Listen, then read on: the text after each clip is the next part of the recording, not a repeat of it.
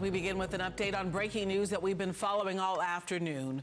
We're talking about a deadly shooting near Town West Elementary School in Sugar Land, which is right off of Richmond Road, Old Richmond Road, I should say. Sky 13 over that scene earlier this afternoon. Deputies still not releasing a lot of information, but we do know that one person is dead.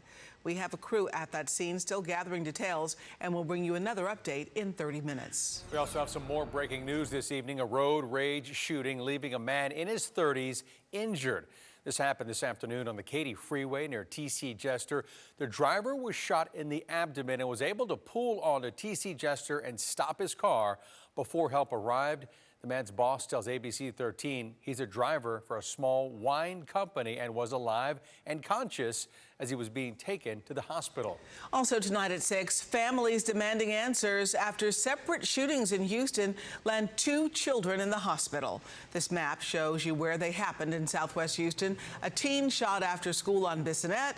Then hours later, a family heading to the grocery store when someone has shot 9-year-old Ashanti Grant in the back seat. She's now at Texas Children's Hospital in critical condition. Investigators are calling it a case of road rage, and now it's making national headlines. ABC 13's Pooja Lodia is live at Texas Children's Hospital, where little Ashanti Grant just underwent surgery. Pooja, so how's she doing tonight?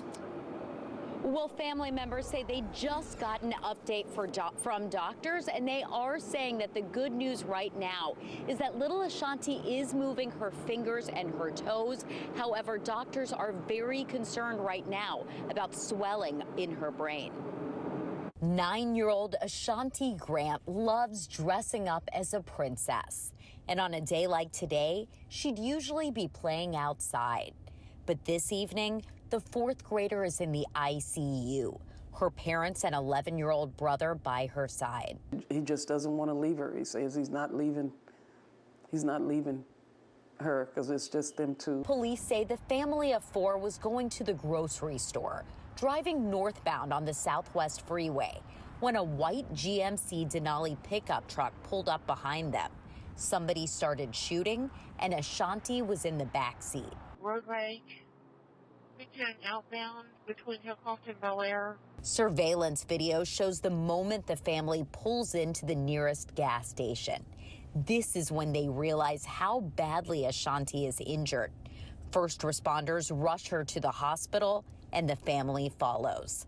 The shooter is long gone. Somebody, pick up the phone, even if you're related to him. You got to think about this kid, and how we feel that she's in the hospital fighting for her life. A bullet went in her head. A plea for help as this family prays for healing. She tells you, hey, get up and take me to church.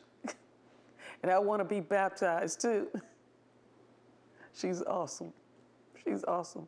She's going to make it. She's going to make it. She have to.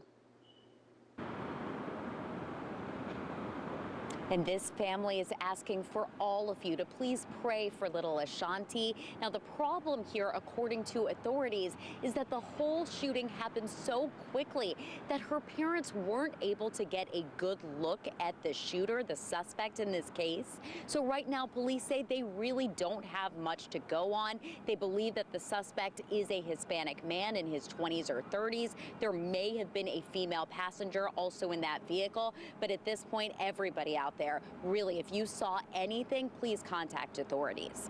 Reporting live, Pooja Lodia, ABC 13 Eyewitness News. We're praying for a speedy recovery for Ashanti. Pooja, thanks for the update there. And we also mentioned that shooting on Bissonnette. We first brought you as breaking news last night at 6, and since then, we've learned a 13-year-old boy was shot 3 times outside a grocery store.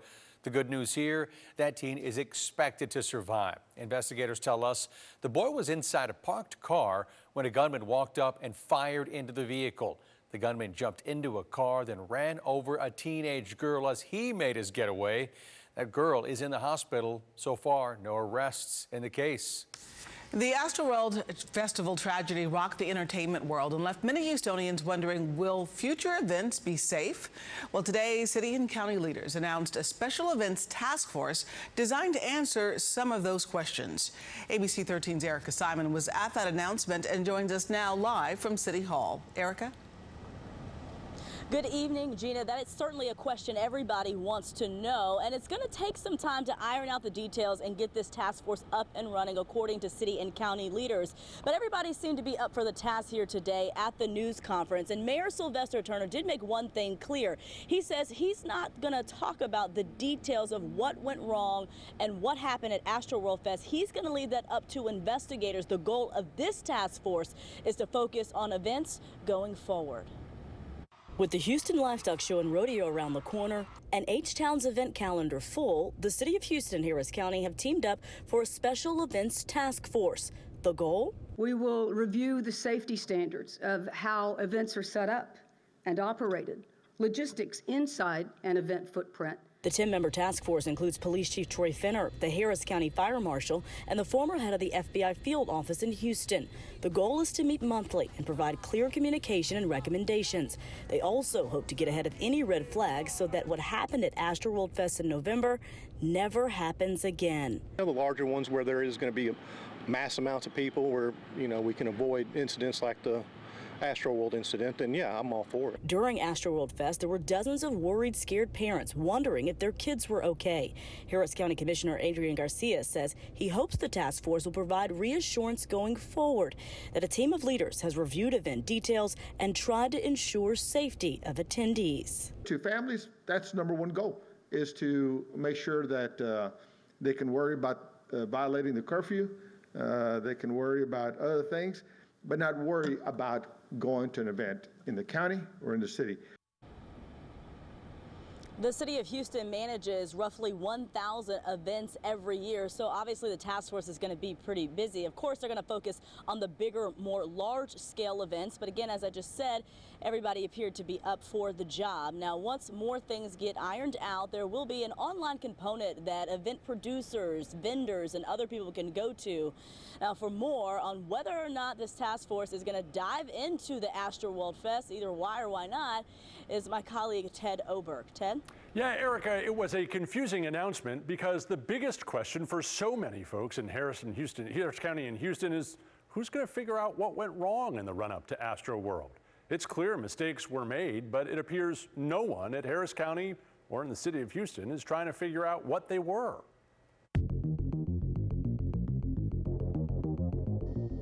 If you wanted to find out what went wrong in the planning or response to the Astroworld tragedy, well, you'd likely ask people like the police chief or the fire chief or the Harris County Fire Marshal, the city special events coordinator, the county employees who manage NRG Park. Oh, they'd be good ones to start with. I think when you have to recognize what has taken place, and then you've got to make sure that we review our practices. And lucky for anyone who wants that answer, all those very people are on the newly created City County Special Events Task Force. Mr. Mayor, Commissioner Garcia, but today we learned the task force isn't looking for anything that might have been done wrong. This task force is going to be futuristic. The investigation for the Astroworld event continues, so we certainly don't want to impede in that investigation. Which sounds great until you learn more about that investigation. It's being done by HPD with some help from the FBI, and according to people inside that investigation, they're looking for crimes that were committed, not any mistakes made by city or county agencies in the run-up to the tragedy. At this point, no one, either employed or hired by Harris County or the city of Houston, is doing that kind of investigation. And it sounds like this group won't either. But if you don't know what went wrong in November, how can you fix that for next November? Task force of this kind happens all the time. This is not unique. This is not different. The city and county are named in nearly 400 lawsuits that have been filed in the wake of Astroworld. Legal experts we consulted tell us a city-county task force, especially one that's not led by a city attorney, that found fault or mistakes with how they handled this concert, would have to turn over whatever it found to lawyers who are suing the city or the county, which could be tough to get around if the city or county eventually tries to deny liability in those lawsuits. Maybe that's one reason we're not looking into it. Gina? All right, Ted, thank you. Well, early voting starts on Monday, and Galveston voters won't see a familiar name on their ballots. State Senator Larry Taylor isn't seeking re-election in District 11. Yes, even though no Democrats are running, the winner of that primary could still mean some big changes in Austin. We'll explain. And she is breaking barriers as the first woman to be named the Astros Director of Player Development. Meet the woman who will help shape the Astros' future. Most of America is thawing out with temperatures running well above average. We're in for another beautiful afternoon tomorrow after a briefly cold start. But there is a front on the way this weekend that puts our temperatures back near freezing. More on that and rising rain chances next week coming up in your forecast.